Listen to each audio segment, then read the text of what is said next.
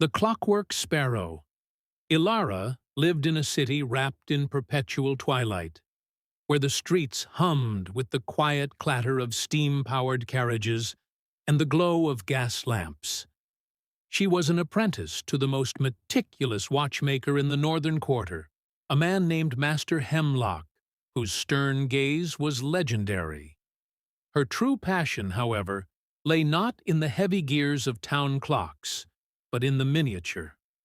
One rainy Tuesday, while clearing dust from a forgotten corner of the workshop, she found it, a small wooden box, no larger than her hand, nestled beneath a stack of tarnished copper. Inside, resting on velvet, was a sparrow. Not a real one, but a marvel of tiny brass springs, polished copper feathers, and eyes made of brilliant garnet. It was a clockwork sparrow. As she gently wound the delicate key hidden beneath its wing, the mechanism whirred to life.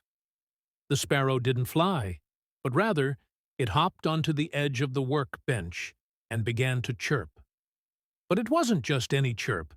It was a sequence of precise, musical notes played with the flawless rhythm of a metronome. Master Hemlock, hearing the sound, rushed over, his face pale. "Where did you find that?" he demanded, his voice trembling for the first time Ilara had ever heard. "In the corner, master," she replied. He sighed, his shoulders drooping. "It belonged to my daughter, years ago, before she left. That bird doesn't just chirp, Ilara. It plays a message, a coded one, meant only for her. I've forgotten the sequence over time." Ilara looked at the tiny bird, now silent on the bench. She realized the little toy wasn't just a mechanism. It was a final, desperate message of love, from a father to a daughter. She spent the next week not on town clocks, but on the sparrow.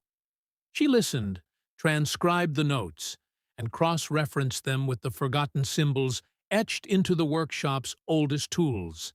Symbols that looked suspiciously like a musical notation system. On the next rainy Tuesday, she placed the sparrow on the window ledge, wound it one last time, and stood back. This time, the tune was different. After the usual rhythmic chirps, the bird played a single, lingering, off-key note, the unusual note that was the key. A few minutes later, a heavy cloak rustled in the doorway. A woman stood there, her hair the color of aged silver, holding a worn, identical wooden box. Her eyes went straight to the little brass sparrow on the ledge, then to Master Hemlock. "Father," she whispered.